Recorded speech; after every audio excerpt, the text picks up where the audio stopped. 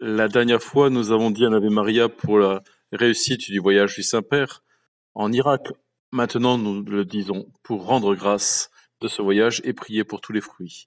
Je vous salue Marie, pleine de grâce, le Seigneur est avec vous. Vous êtes bénie entre toutes les femmes, et Jésus, le fruit de vos entrailles, est béni. Sainte Marie, Mère de Dieu, priez pour nous pauvres pécheurs, maintenant et à l'heure de notre mort. Amen.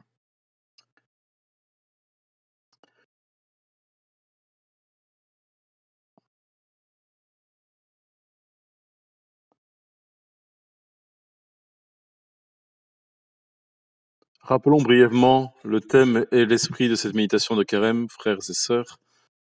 Nous sommes proposés de réagir à la tendance répandue de parler de l'Église.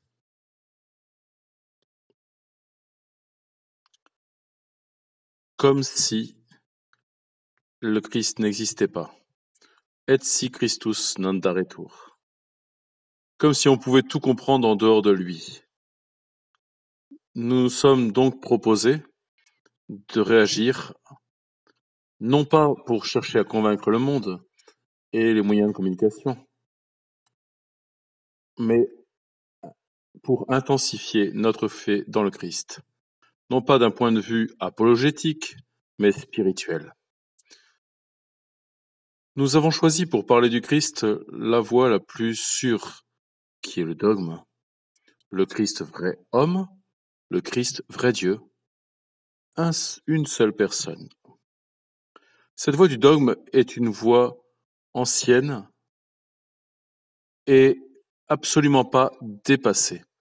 La terminologie dogmatique de l'Église primitive, écrivait Kierkegaard, l'une des plus grandes représentantes de la pensée existentialiste moderne, est comme un château enchanté dans lequel se trouvent des princes et les plus gracieux des princesses, plongés dans un sommeil profond. Il suffit tout simplement de les réveiller pour qu'ils se remettent debout et apparaissent dans toute leur gloire. Voilà comment Kierkegaard nous parle de la dogmatique. Il s'agit précisément de réveiller par l'Esprit Saint, comme Ézéchiel a été réveillé, et ils revinrent à la vie, les eaux qui étaient desséchées en Ézéchiel 37. La dernière fois, nous avons cherché à voir Jésus-Christ, vrai Dieu, vrai homme. Aujourd'hui, nous voulons le vis-à-vis, Jésus-Christ, vrai Dieu.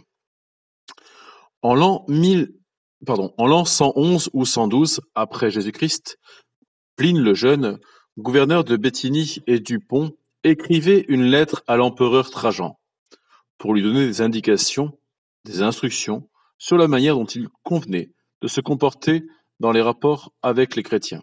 D'après les informations qu'il avait recueillies, écrivait-il à l'empereur, toute leur erreur ou leur faute avait été renfermée dans ce point, qu'à un jour donné, ils s'assemblaient avant le lever du soleil, et ils chantaient tour à tour des